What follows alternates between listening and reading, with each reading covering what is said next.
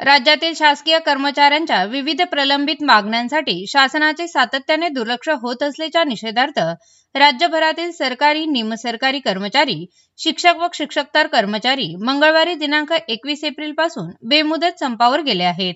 या संपाचा आज तिसरा दिवस असून आंदोलन अधिक तीव्र होताना दिसत आहे।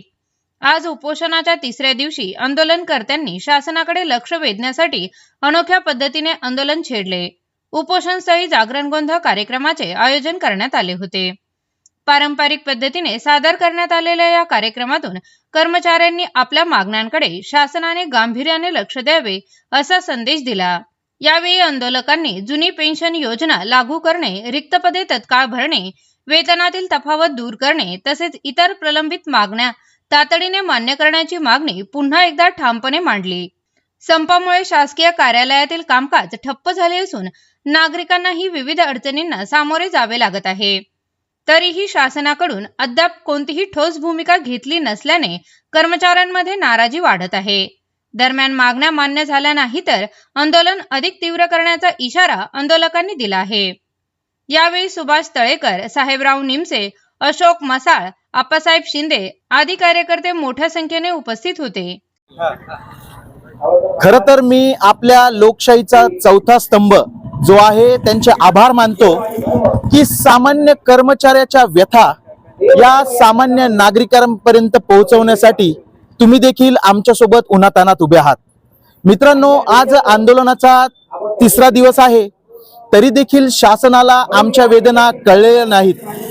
आम्हाला बसणारा या उन्हातान्हात बसणारा चटका तो देखील शासनाच्या एसीत बसणाऱ्या या सगळ्या शासनकर्त्यांना बसलेला नाही।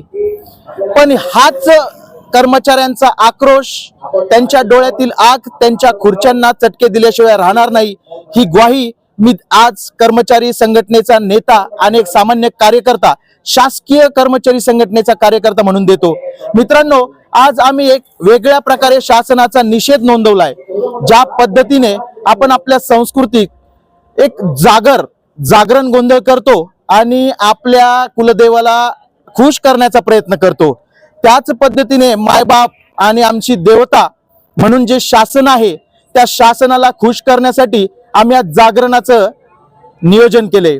या जागरणाच्या नियोजनात आम्ही त्यांना साकडं घालतोय, आम्ही त्यांच्यासोबत इतर देवांना देखील साकडं घालतोय की आमच्या सामान्य कर्मचाऱ्यांच्या व्यथा या तुमच्या कधी लक्षात येतील आणि आम्हाला न्याय भेटेल। ज्या पद्धतीने आपली कुलदेवता जागरणानंतर आपल्यावर खुश होती, आमची अशी भोळी भाबडी आशा आहे की ह्याच जागरणानंतर आमचं मायबाप शासन देखील आमच्यावर प्रसन्न होऊन आमच्या हक्काच्या आमच्या मागण्या मान्य करेल। हीच आपल्या सगळ्यांच्या वतीने, कर्मचाऱ्यांच्या वतीने मी शासनाला विनंती करतो।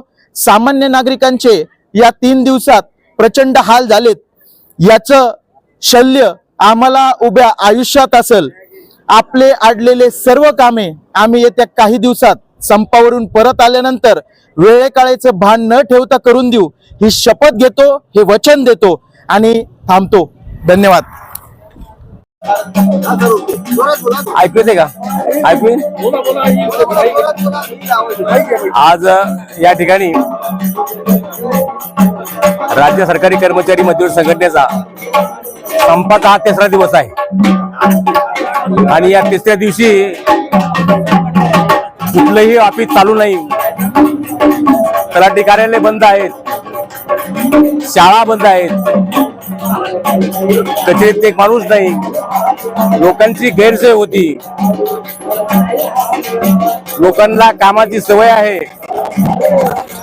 परंतु लोक कामाला येत आहेत आणि कर्मचारी परत जात आहेत, त्याचं आम्हालाही वाईट वाटतंय। परंतु आमचा नाविलाज आहे।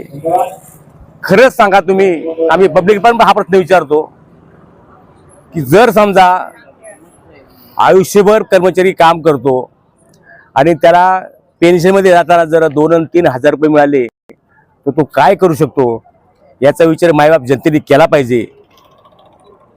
त्या कर्मचाऱ्याला त्याच्या मुलांनी जर नाही सांभाळलं त्याच्यावर भीक मागायची वेळ येईल अशी अवस्था आहे आणि म्हणून हा कर्मचारी आमचा तळतळलेला आहे।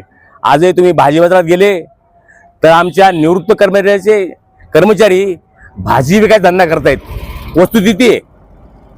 तरी शासनाला कसं काय करताय तुम्ही? तरी शासनाला जाग आहे ना. मला सांगा की 545 खासदार आहेत,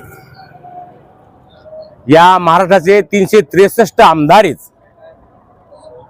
तुम्ही सगळे कोट्याधीश आहात, कोट्याधीश. एखादा गरीब असेल कदाचित, सांगता येत नाही काही, पण तुम्हाला तुमची पेन्शन तुम्ही मिळवून घेतली. आता मागच्या महिन्यात 24% तुमची पेन्शन वाढवून घेतली आणि आमच्या कर्मचाऱ्यावर भीक मागायची वेळ आणली. हा धंदा कृपया तुम्ही लक्षात घ्या.